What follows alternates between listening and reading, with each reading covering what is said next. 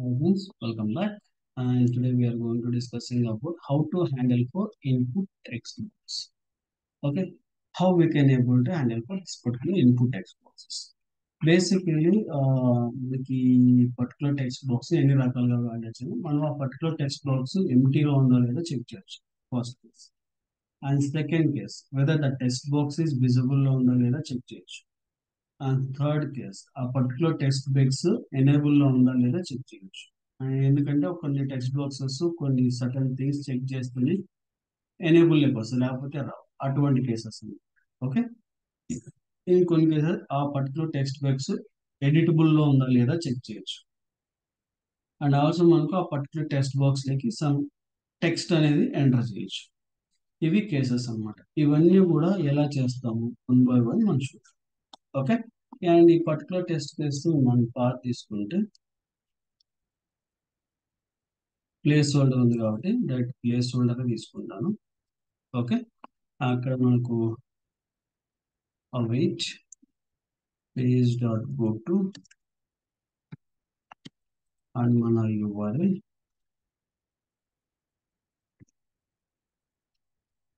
And ఇక్కడికి వచ్చేసరికి page get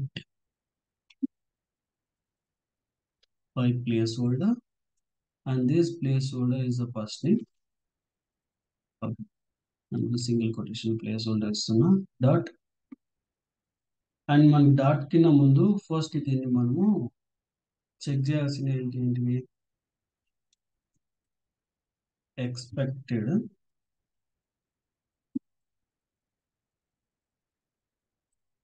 to be visible. ఆ పర్టికులర్ టెక్స్ట్ బాక్స్ విజిబుల్ లో ఉందా లేదా okay. Okay, and then second case ఏంటి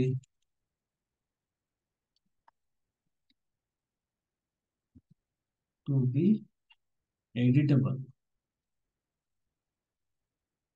ఓకే, అండ్ మనకి ఇంకో థర్డ్ ఏంటి టు బి ఎనేబుల్.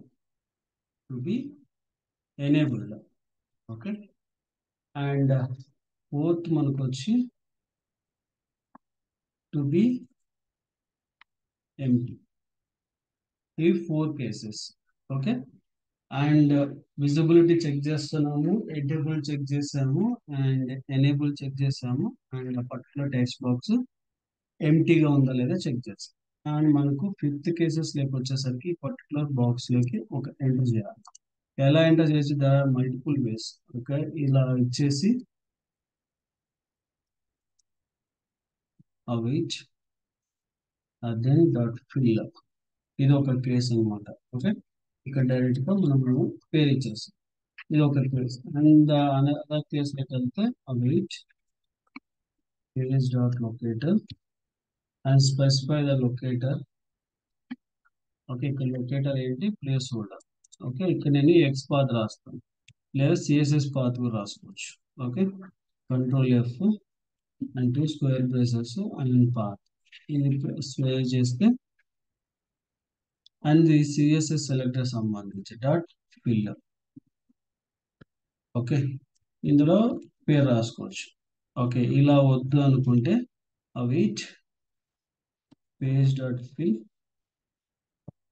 అండ్ ఇక్కడ డైరెక్ట్ గా పాత్ ఇచ్చేది and then comma and single కొట్టాలి వాల్యూ.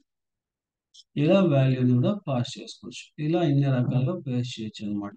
అండ్ మనకు కొద్దిసేపు ఎగ్జిక్యూషన్ చూడాలనుకుంటే await page dot await time and 2000 seconds. Okay, ఇది టోటల్ గా మన ఇన్పుట్ దానికి సంబంధించి వేరియేషన్స్ లో మనం ప్రొవైడ్. ఓకే, అండ్ మీకు ఈ త్రీ ఆప్షన్స్ లో ఏదో ఒక ఆప్షన్ ని చూస్ చేసుకోవచ్చు. Anything is okay, nothing different. Okay, just way of writing అనేది డిఫరెంట్ బట్ అచీవింగ్ అనేది సేమ్. ఓకే, అండ్ మీకు ఎలా కన్వీనియంట్ ఉంటే ఆ కన్వీనియంట్ లో చెక్ చేయండి. ఎందుకోసం మళ్ళీ మీకు క్వశ్చన్ రావచ్చు, ఎందుకు నేను ఎంటీ రాస్తాను, ఎందుకు చెక్ చేయాలి, ఈ క్వశ్చన్ డెఫినెట్ గా మీకు రావచ్చు. ఎందుకు అంటే కొన్ని సందర్భాల్లో మనకు ఒక్కొక్కసారి ప్రీ డిఫైన్డ్ టెక్స్ట్ వాల్యూస్ అనేది ఉంటే సపోజ్ ఏదైనా అప్లికేషన్లో ప్రీ డిఫైన్డ్ టెక్స్ట్ అనేది ఉంటుంది. ఆ టెక్స్ట్ ఒక వాల్యూ ఉంటే మనం ఈ ఎంటీ అని చెక్ చేస్తాం. In case that particular text అనేది ట్రూ ఇస్తే అంటే ఎంటీ కాబట్టి మనం ఎడిట్ చేస్తాం. ఒకవేళ ఫాల్స్ ఇస్తే అప్పుడు మనము దాంట్లో క్లియర్ చేస్తాం. క్లియర్ అంటే జస్ట్ మనకు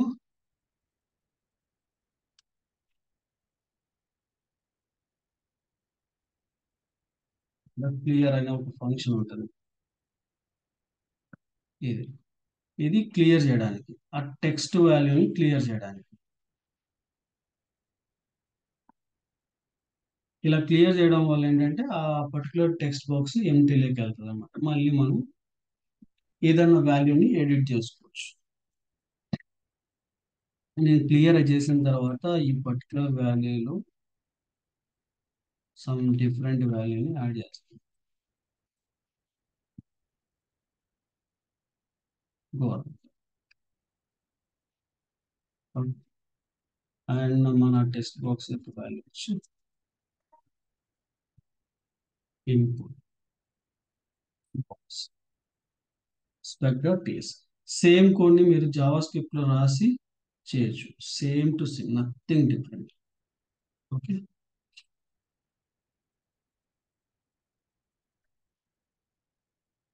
చూడండి క్లియర్ అయిపోయింది. మళ్ళీ కోరంట్లో కూడా వచ్చేసింది.